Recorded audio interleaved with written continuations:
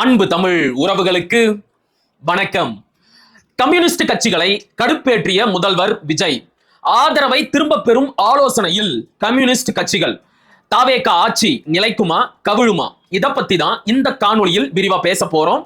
வாங்க காணொளிக்குள்ள போகலாம். வரம் கொடுத்தவன் தலையிலேயே கைய வைக்கிறது அப்படின்னு சொல்லுவாங்கல்ல, அதுபோல இந்த தாவேகா ஆட்சி அமைப்பதற்கும் விஜய் முதலமைச்சர் ஆவதற்கும் தங்களுடைய ஆதரவை வழங்கிய கம்யூனிஸ்ட் கட்சிகளையே சீண்டி பார்த்திருக்கிறார் முதல்வர் விஜய். அப்படி என்ன செஞ்சாரு? விஜயோட மிகப்பெரிய பலமே ஜென்சி தலைமுறையினர் என்று சொல்லப்படுகின்ற பள்ளி மற்றும் கல்லூரியில் படித்துக் கொண்டிருக்கின்ற மாணவர்களும் இளைஞர்களும் தான். அதுலயும் குறிப்பா எந்த ஒரு சமூக புரிதலும் அரசியல் புரிதலும் இல்லாத, கொள்கை தெளிவில்லாத, திரை மோகத்தில் மயங்கி கிடக்கின்ற தவிட்டு தற்குறிகளாக இருக்கக்கூடிய மாணவர்களும் இளைஞர்களுமான ஜென்சி தலைமுறையினர் தான் விஜயோட மிகப்பெரிய பலமே. உண்மைதானே? கொஞ்சமாச்சும் அரசியல் அறிவு இருக்கிற எவனுமே விஜய்க்கு ஓட்டு போட மாட்டான். ஆக மாணவர்கள் என்றைக்குமே, இளைஞர்கள் என்றைக்குமே அரசியல் அறிவு பெற்றுவிடக் கூடாது என்பது போல ஒரு சுற்றறிக்கையை நேற்றைக்கு முன்தினம் தாவேகா அரசு, விஜய் தலைமையிலான அரசு வெளியிட்டு இருக்கு.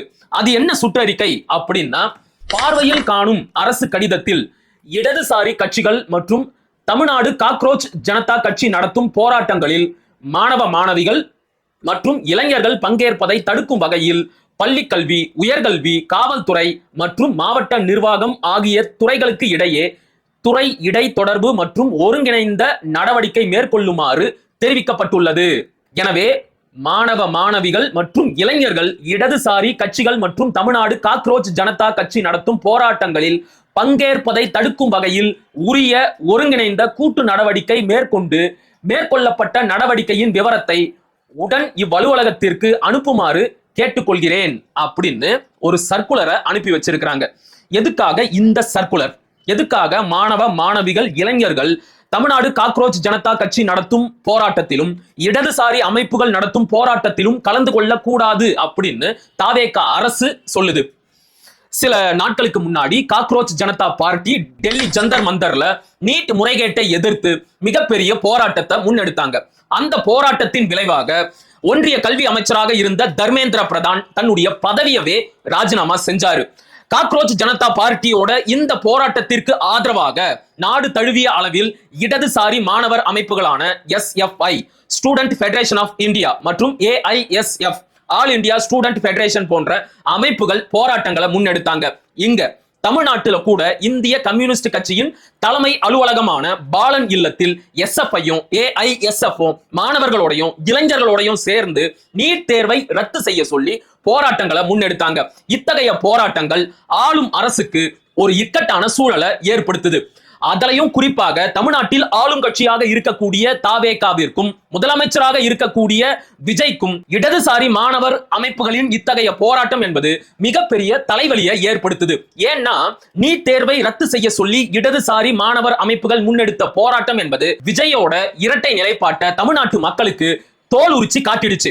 ஒரு பக்கம் நாங்களும் நீட் தேர்வை எதிர்க்கிறோம், நீட்டை ஒழிப்பதற்கு என்னெல்லாம் செய்ய முடியுமோ அதையெல்லாம் செஞ்சுக்கிட்டு இருக்கிறோம் அப்படின்னு பேசுற முதலமைச்சர் விஜய், அப்படின்னு பேசிக் கொண்டிருக்கின்ற தாவேகா கட்சி இன்னொரு பக்கம் அதே நீட் தேர்வை ரத்து செய்ய சொல்லி போராடி கொண்டிருந்த மாணவர்களை காவல்துறையை ஏவி குண்டுக்கட்டாக கைது செஞ்சு சிறையில அடைச்சது.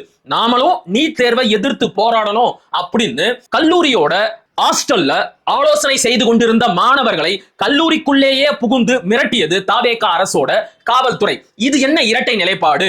ஒரு பக்கம் நீங்க நீட் தேர்வை எதிர்ப்பதா சொல்றீங்க, இன்னொரு பக்கம் அதே நீட் தேர்வை எதிர்த்து போராடும் மாணவர்களை காவல்துறையை ஏவி அடக்கி ஒடுக்குறீங்களே. ஆக நீங்க வெளியில ஒரு முகத்தையும் உள்ளுக்குள்ள ஒரு முகத்தையும் வச்சிருக்கிறீங்களா? இங்க நீட் தேர்வை எதிர்ப்பதாக காட்டிக்கொண்டே மறைமுகமாக ஒன்றிய பாஜக அரசுக்கு ஆதரவாக நீட் தேர்வை ஆதரித்து செயல்படுறீங்களா அப்படிங்கிற கேள்வி தமிழ்நாட்டு மக்கள் மத்தியிலையும் எழுந்தது. சோ தனக்கு இப்படிப்பட்ட இக்கட்டான சூழலை ஏற்படுத்துகின்ற இடதுசாரி மாணவர் அமைப்புகளையும் காக்ரோச் ஜனதா பார்ட்டி போன்ற கட்சிகளையும் மாணவர்களை நெருங்க விடக்கூடாது என்பதற்காகத்தான் இப்படி ஒரு சுற்றறிக்கையை தாவேகா அரசு வெளியிட்டு இருக்கு. பாஜக ஆளும் மாநிலங்களில் கூட இப்படி ஒரு சுற்றறிக்கையை அந்த மாநில அரசுகள் வெளியிட்டதே கிடையாது. எங்களுடைய உரிமைகளுக்காகவும் எங்களுடைய கோரிக்கைகளுக்காகவும் போராடவும் பேசவும் அரசியலமைப்பு சட்டம் எங்களுக்கு எல்லா உரிமைகளையும் வழங்கி இருக்கு. அதையெல்லாம் தடுக்கிறதுக்கு எந்த அரசுக்கும் அதிகாரம் கிடையாது என்று இடதுசாரி மாணவர் அமைப்புகளும் இந்திய கம்யூனிஸ்ட் கட்சியோட மாநில செயலாளர் ஐயா வீரபாண்டியனும் மார்க்சிஸ்ட் கம்யூனிஸ்ட் கட்சியோட மாநில செயலாளர் ஐயா சண்முகமோ கடுமையான எதிர்ப்புகளை தெரிவிச்ச உடனே இந்த சுற்றறிக்கையை திரும்ப பெற்று இருக்கிறாங்க. இங்க நமக்கு என்ன கேள்வி அப்படின்னா, இந்த சுற்றறிக்கை யாருடைய உத்தரவின் பெயரில் முதல்ல வெளியிடப்பட்டுச்சு? இப்படிப்பட்ட ஒரு சுற்றறிக்கை முதலமைச்சரோட உத்தரவு இல்லாமலோ தலைமைச் செயலாளர் சாய்குமாரோட உத்தரவு இல்லாமலோ வெளியிடப்பட்டிருக்காது. அதற்கான வாய்ப்புகளே இல்லை.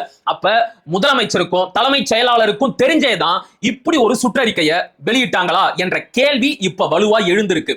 இடதுசாரி கட்சிகள் தாவேகாவிற்கும் முதலமைச்சர் விஜய்க்கும் ஆட்சி அமைப்பதற்கு ஆதரவு தெரிவித்த போது அவங்க சொன்ன ஒரே கண்டிஷன் என்ன அப்படின்னா, ஜனாதிபதி ஆட்சி தமிழ்நாட்டில வந்துடக்கூடாது என்ற ஒரே காரணத்திற்காகத்தான் நாங்க உங்களுக்கு ஆதரவு தரோம் அப்படின்னு சொன்னாங்க.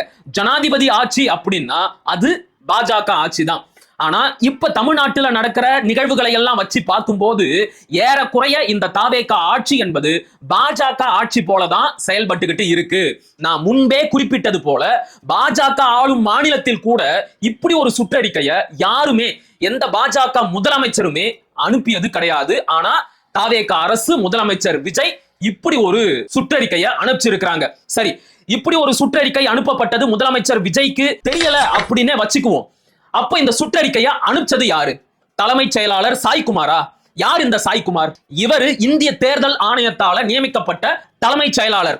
இவருடைய பதவி காலம் அடுத்த மாசம் 1ஆம் தேதியோட முடியுது. ஆனா இந்த தாவேகா அரசு அவருடைய பதவி காலத்தை அடுத்த ஆண்டு பிப்ரவரி மாசம் வரைக்கும் நீட்டிச்சாங்க. ஏன்?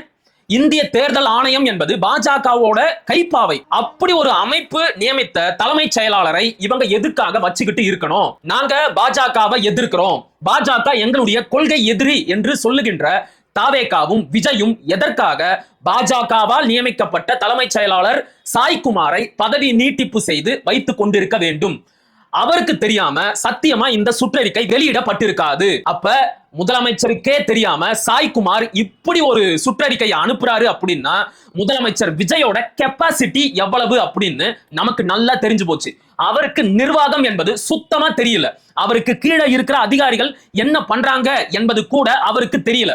ஒருவேளை தெரியும் அப்படின்னா அரசியல் அமைப்பு சட்டத்திற்கு எதிராக, கருத்துரிமைக்கு எதிராக அனுப்பப்பட்ட இப்படி ஒரு சுற்றறிக்கைக்கு காரணமான தலைமைச் செயலாளர் சாய்குமார அந்த பதவியில இருந்து நீக்க சொல்லுங்க பார்க்கலாம். நீக்க மாட்டாரு. அவருக்கு அந்த அளவிற்கு தைரியமே கிடையாது. ஆக இந்த தாவேகா அரசு என்பது ஒரு மறைமுக பாஜக அரசு தான். இப்படிப்பட்ட அரசுக்கா நாம ஆதரவு கொடுக்கணும் அப்படின்னு இடதுசாரி கட்சிகள் இப்ப தீவிர ஆலோசனையில ஈடுபட்டு இருக்கிறாங்க. ஒருவேளை அவங்க தங்களுடைய ஆதரவை வாபஸ் பெற்றால் இந்த தாவேகா ஆட்சி கவிழ்வது 80 விழுக்காடு உறுதி. அப்ப மீதி இருக்கிற 20 விழுக்காடு அதிமுகவுல இருந்து அதிருப்தியாகி பிரிஞ்சிருக்கிறாங்கல்ல சில எம்எல்ஏக்கள், அவங்க ஆதரவு கொடுத்தா இந்த ஆட்சி நீடிக்கலாம். ஆனா அதற்கான வாய்ப்பும் ரொம்ப குறைவுதான். சரி, இத்தோட இந்த தாவேகா அரசு நின்னுச்சா அப்படின்னு பார்த்தா அதுவும் கிடையாது. திண்டுக்கல்லை சேர்ந்த வட்டாட்சியர் அவருடைய எல்லைக்கு உட்பட்ட பகுதிகளில் எத்தனை கம்யூனிஸ்டுகள் இருக்கிறாங்க அப்படின்னு கணக்கெடுக்க சொல்லி இருக்கிறாரு. கம்யூனிஸ்ட் கட்சிக்காரங்க என்ன ரவுடிங்களா, பொறுக்கிங்களா, சமூக விரோதிங்களா? அவங்களை எதுக்காக கணக்கெடுக்கணும் சொல்லுங்க? யாருடைய உத்தரவின் பெயரில் வட்டாட்சியர் இப்படி ஒரு உத்தரவை போட்டாரு? இப்ப யார கணக்கெடுப்பாங்க? காவல்துறை ரவுடிகளையும் பொறுக்கிகளையும் சமூக விரோதிகளையும் கணக்கெடுப்பாங்க. நம்முடைய பகுதியில இத்தனை சமூக விரோதிகள் இருக்கிறாங்க, இவங்களை தொடர்ந்து கண்காணிச்சுக்கிட்டே இருக்கணும், இல்லைன்னா ஏதாச்சும் குற்றச்சம்பவம் நடக்கும் அப்படின்னு அவங்களை எல்லாம் கணக்கெடுத்து வைப்பாங்க. ஆனா கம்யூனிஸ்ட் கட்சியினர் சமூக விரோதிகளா, தீவிரவாதிகளா, நக்சலைட்டுகளா? எதுக்காக அவங்களை கணக்கெடுக்கணும்? யாரை கேட்டு இப்படி ஒரு உத்தரவு வெளியிடப்பட்டுச்சு? நீங்க கணக்கு எடுக்கணும் அப்படின்னா ஒவ்வொரு ஊர்லயும் எத்தனை தாவேகாவினர் இருக்கிறாங்க அப்படின்னு கணக்கெடுங்க. கணக்கெடுத்து அவங்களை எல்லாம் பிடிச்சு கொண்டு வந்து மனநல மருத்துவமனையில சேர்த்து நல்ல முறையில சிகிச்சை கொடுங்க. இப்ப நாமளே கூட சாலையில போகும்போது எத்தனையோ மனப்பிறழ்வு கொண்டவர்கள், மனநிலை பாதிக்கப்பட்டவர்கள் சாலையில நடந்து போயிட்டு இருப்பாங்க. நமக்கு ரொம்ப பரிதாபமா இருக்கும். அதுல வேற ஒரு வருஷம் தான் தாவேகாவினர். அவங்க கிட்ட யாராச்சும் போய் அரசியல் பேசினா திடீர்னு கோவப்பட்டு கடிச்சு வச்சிடறாங்க. காவல்துறையை கடிச்ச தாவேகா தொண்டர்களை எல்லாம் நாம பார்த்திருக்கிறோம். ஆக நீங்க கணக்கெடுக்கிறதா இருந்தா தாவேகாவினர் ஊருக்கு எத்தனை பேர் இருக்கிறாங்க அப்படின்னு கணக்கெடுத்து அந்த லூசுகளை, அந்த மென்டல்களை, அந்த மனப்பிறழ்வு கொண்டவர்களை, அந்த மன நோயாளிகளை கொண்டு போய் மனநல மருத்துவமனையில சேருங்க. எதுக்காக கம்யூனிஸ்ட் கட்சியினரை கணக்கெடுக்கிறீங்க? திரும்பவும் சொல்றேன், பாஜக ஆளும் மாநிலங்களில் கூட இப்படிப்பட்ட நடவடிக்கையை அந்தந்த மாநில முதலமைச்சர்கள் எடுத்தது இல்லை. அப்ப தமிழ்நாட்டில் இப்படிப்பட்ட செயல்கள் எல்லாம் நடக்குது அப்படின்னா இந்த ஆட்சி தாவேகா ஆட்சியா பாஜக ஆட்சியா? சோ இப்ப ஒரு தீர்க்கமான முடிவு எடுக்கக்கூடிய சூழலுக்கு இடதுசாரி கட்சிகளான இந்திய கம்யூனிஸ்ட் கட்சியும் மார்க்சிஸ்ட் கம்யூனிஸ்ட் கட்சியும் தள்ளப்பட்டு இருக்கிறாங்க. பொறுத்திருந்து பார்க்கலாம் அவங்க என்ன நடவடிக்கை எடுக்கிறாங்க அப்படின்னு. ஆனா ஒரு விஷயம் நமக்கு உறுதியா தெரிஞ்சிருச்சு, இந்த தாவேகா ஆட்சி என்பது மறைமுக பாஜக ஆட்சி தான். சரியா? மீண்டும் ஒரு காணொலியில் சந்திப்போம். அதுவரை இணைந்திருங்கள். இது உங்கள் நெற்றிக்கண். நான் உங்கள் அசோக்குமார் மகிழன். படிப்போம், பகிர்வோம், பயன்பெறுவோம், கற்போம், கற்பிப்போம், களமாடுவோம். தமிழ் வெல்க, தமிழர் வாழ்க, தமிழ்நாடு வளர்க, தமிழ் தேசியம் மலர்க, மலர்க, மலர்க. நன்றி, வணக்கம்.